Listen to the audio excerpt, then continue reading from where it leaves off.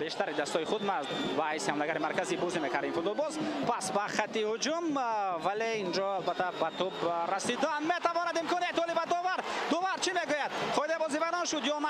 در اون بازی که در دور اول برگزار شد این بازیگر توانست با زدن دو گل شرفیاب گردد. من در مورد جدول نشان داده می شود و ما میبینیم که چگونه قرار خود را میبرد. البته معلوم است که قاعده بازی ویران شد، ولی این یگان سوال را به وجود نمیارد چون که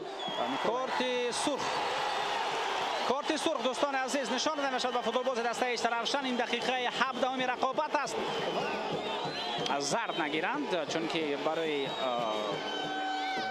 ارسال به داخل جریمه گاه فرصتی خوب ضربه و حالت خیلی خوب گلزنی به وجود آمد.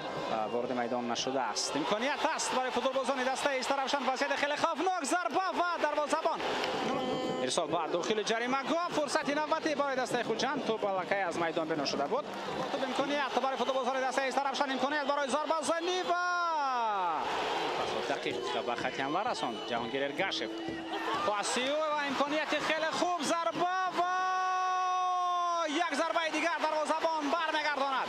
قسم دوم رقابت با حساب 0-0 آغاز می شود. انتظار می رود که در نیمه دوم امکانیت ها کلا دیگر خواهند بود.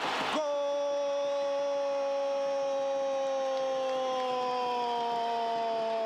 به همین فرصت خوب. بله این گل است که به یگان آفساید به یگان بیان کردن فایده بازی و به حالت‌های دیگر البته زده شد. ما بار دیگر میتوانیم مشاهده کنیم و همین خیلی هنرنمای خوب دارن. ضربه با طرف دروازه ضربه یو و دروازه‌بان توپ با داخل جریمه گاه فرصت عالی گل زدن ضربه و چگونه این حالت با گل انجام نیافت. فرصت 100% گلزنی برای شهرت شاهنظرов ولی اونجا آفساید هم بود. با یک رسیش توسط کنار پاس داد.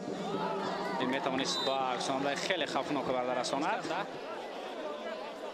داور اون را به کارت سرخ تبدیل. کارت سرخ دوستان ارجمند به فیروز خالمتوف برای همین قاعده بیان کنی که داور اجازه میدهد تا فوتبالبازان داخل یک دقیقه دیگر در میدان باشند. فرصت خیلی عالی و چگونه این امکانیت با گل انجام نمییابد دسته اشترافشان. خب همین طریق دوستان ارجمند